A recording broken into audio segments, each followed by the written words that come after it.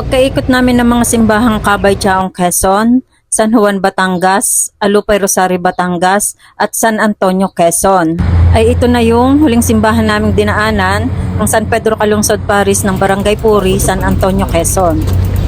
Pagpasok namin ng simbahan, nakita namin na merong mga bagong recruit na Kids for Christ ay eksaktong nagkakainan.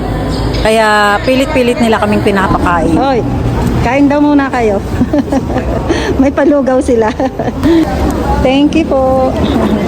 At dahil nga ayaw namin kumain, binigyan na lang nila kami ng Candy? candy.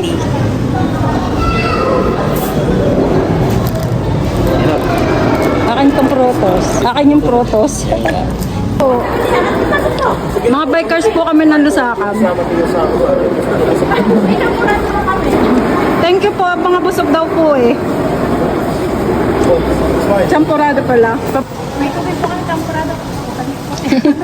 Ay, kakakain lang po kasi namin. Ismail be. Ano po? Nag-vlog po ako. Marilyn Arsiaga. Baka mapasok mga bata.